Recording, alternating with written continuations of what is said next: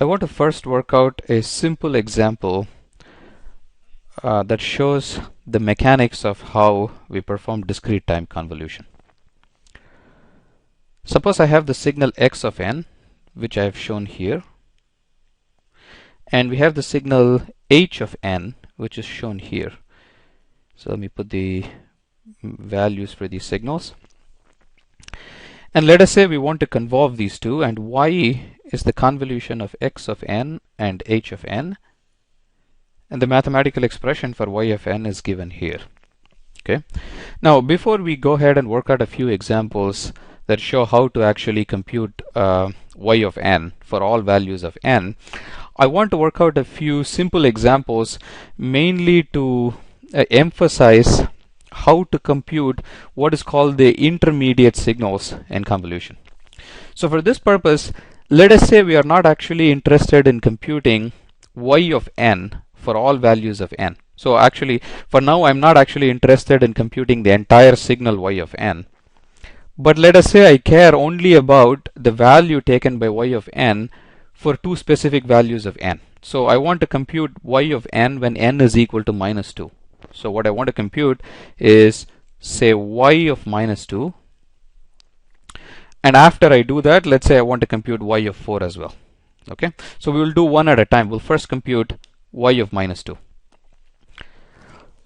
So what is y of minus 2? If I take this expression and I plug in n is equal to minus 2, I get the expression y of minus 2 is summation x of k h of minus 2 minus k, summation over all values of k. Okay. Now this is what is called the intermediate signal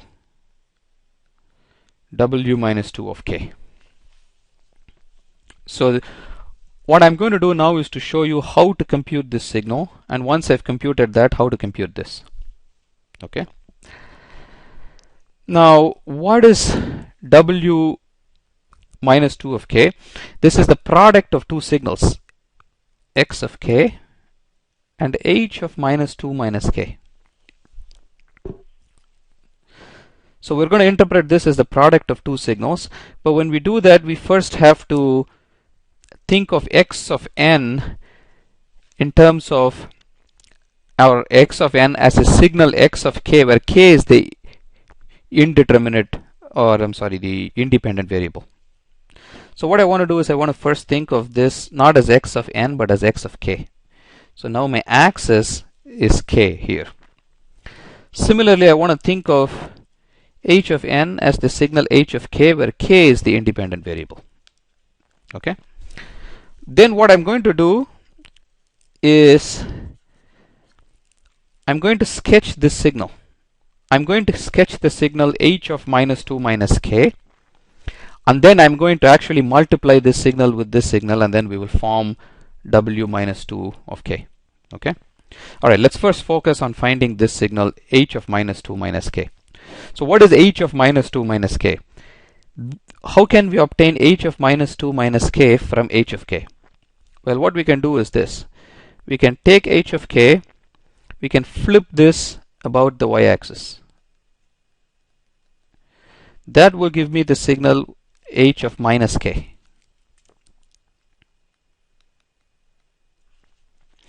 And now I can shift left by 2 or right by minus 2. Of course, it's kind of funny to say shift right by minus 2, but what it means is to shift left by 2. Okay. And then this will give me the signal h of minus 2 minus k. Now, based on my interaction with students, this is a step that seems to take a little while to become familiar. Okay. So if it is not clear to you that you need to shift left by 2 in order to obtain this signal h of minus 2 minus k, I would suggest you stop the video here, think about this for a minute. Okay, and if you're still not clear, then you can remember it as follows. When you shift left by 2, what you're really doing is you are replacing k by k plus 2. if I replace k by k plus 2 here, you see that I'm going to end up exactly with this. Okay, so this is the sequence of steps we need to do. Flip about the y-axis and then shift left by 2. Okay, that's really what I'm going to do now. And just to make things nice, I'm going to erase this so it's not very cluttered.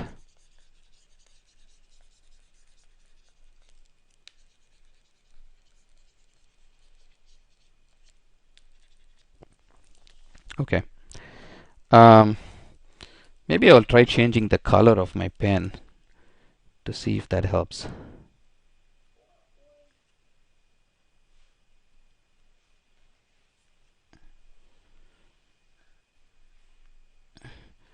Yeah, let's say go to a blue.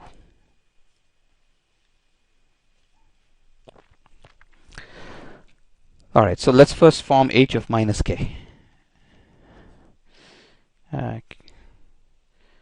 It's not even really that different. Maybe I should choose a different color. That's okay.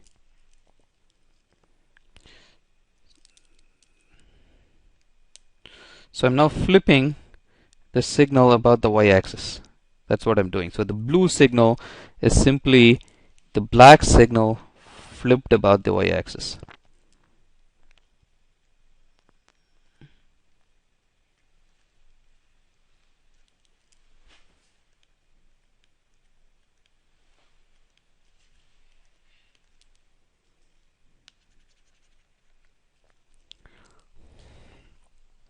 Okay. Now I need to shift this to the left by 2, and I'm going to plot that signal over here. So when I shift it to the left by 2, what happens is we get a signal like this. And notice all those values that I have not put here are actually zeros. Okay, this is important to realize that these are all zeros. Okay, now when I shift this to the left by 2, what is going to happen is I'm going to get, and I'll try to line this up with x of minus k. Looks like I missed a minus 1 here.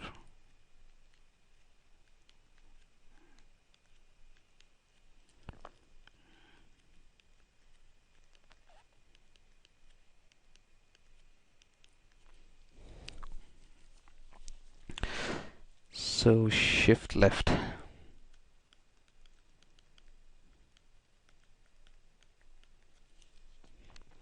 So that's going to now give me this signal.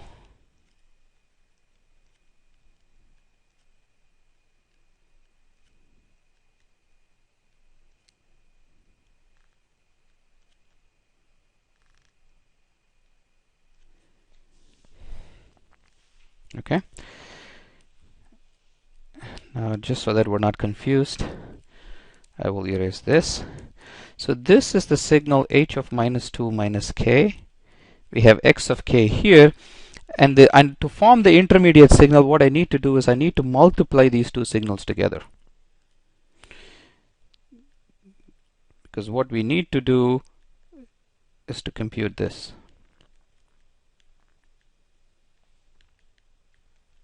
When n is equal to minus 2.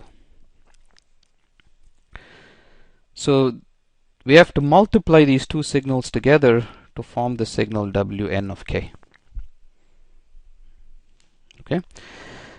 Multiplication is done component wise between the two signals. So when I take the product of these two, since these are all zeros here, what I'm going to get is zeros until n equal to minus 3. At minus 3 I'm going to get 1. At minus 2 I'm going to get 1. And then I'm going to get zeros everywhere else. So this is the signal W minus 2 of k.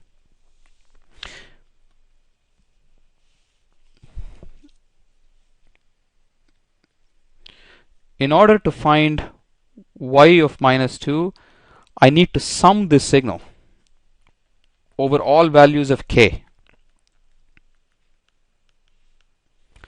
Over all values of k, which will just give me 1 plus 1, which is 2. So the answer is that W of minus 2 is 2.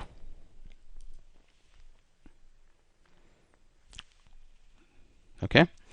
Now, if we wanted to compute y of 4, what do we do? Again, you may want to pause the video here and think about this for yourself for a minute. What should I do to get y of minus 2? I'm sorry, y of 4.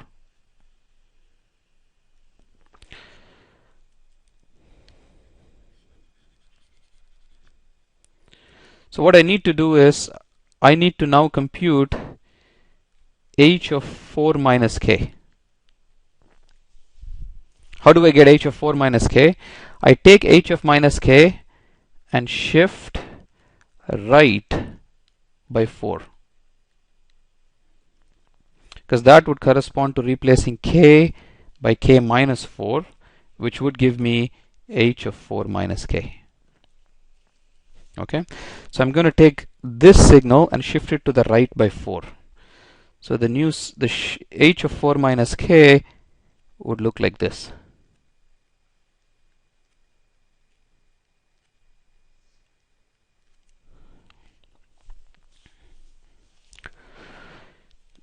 Now when I take the product of these two signals, the product of this and this, when I take the product of these two, I'm going to get zeros for all values of n smaller than minus 1, at which point I'm going to get 2, because this height is 2, this is 1.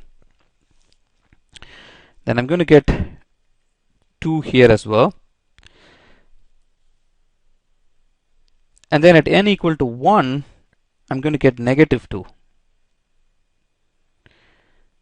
And then I'm going to get negative 1, negative 1, negative 1. And then zeros after this, because these are zeros.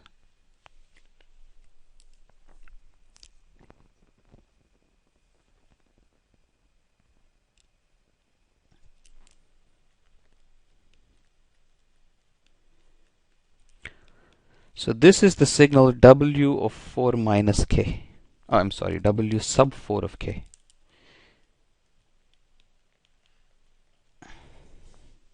Okay, so then to compute y of 4, what we do is we sum w4 of k for all values of k, which is going to give me 2 plus 2 is 2 plus 2 is 4.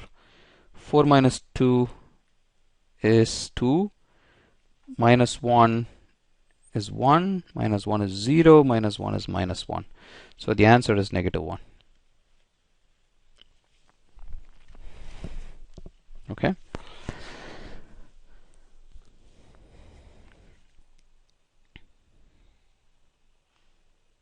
Hopefully this makes sense. It gives you a feel for how to compute these intermediate signals and how to compute specific values of y of n. Now, I think it will be a good exercise to try to see if you get the same answer if we think of convolution as polynomial multiplication. Okay, let me work the same example out using this idea as well. So remember, in polynomial multiplication, what we do is we first think of x of z as a polynomial of the following form. It has x of so in this case, this would be a polynomial with coefficients in the polynomial taken from the signal x of n, from this signal x of n. Okay, so maybe I will write it right here so it becomes easier for us to see this. We don't have to keep going back and forth. I lost a h of k. It's okay, we'll do it again. Maybe I'll write it here. X of z is 1 times z raised to minus 3, that comes from here, because the coefficient is 1 and this is the power of z raised to minus 3, plus 1 times z raised to minus 2, and that comes from here, so on and so forth, plus 1 times z raised to minus 1 plus 1 minus z minus z squared minus z cubed minus z to the 4. So this is x of z.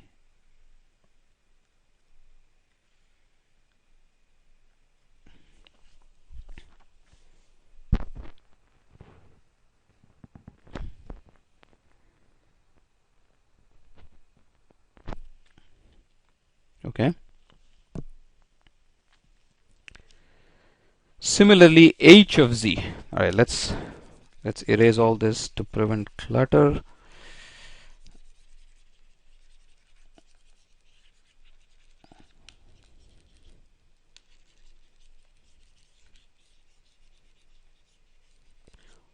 I could have just gone to a new page, I think. Might have been easier.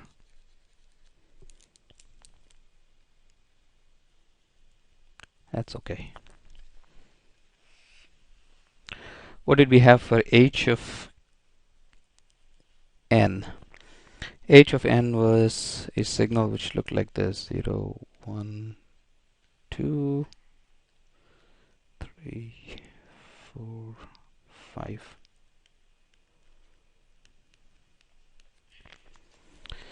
So h of z is 1 plus z squared plus 2z cubed plus 2z to the 4 plus 2z to the 5. Okay. Now if I want to convolve these two and then compute y of minus 2, so what our result says is, well, take y of z, which is x of z times h of z, just take the coefficient corresponding to, or the coefficient of z raised to minus 2 in y of z. Okay. So how can you just compute without having to compute all the coefficients? If I just wanted to compute the coefficient corresponding to z to the minus 2, all I really have to do is, how can I pair up powers of z in these two expressions in a way that I will end up with z raised to 2, right?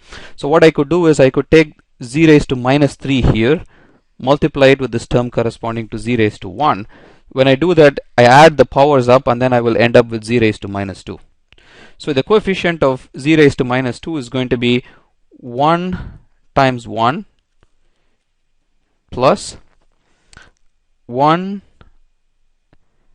times 1 here.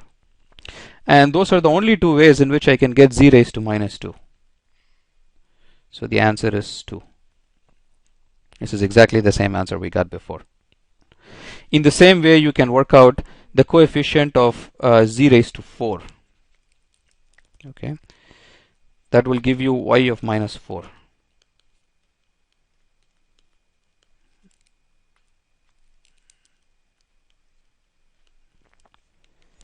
And this you can obtain by, what can we do? Z raised to, yeah, we can start from here. 1 times 2 gives me 2. 1 times 2 gives me another 2. Negative 1 times 2 gives me a negative 2.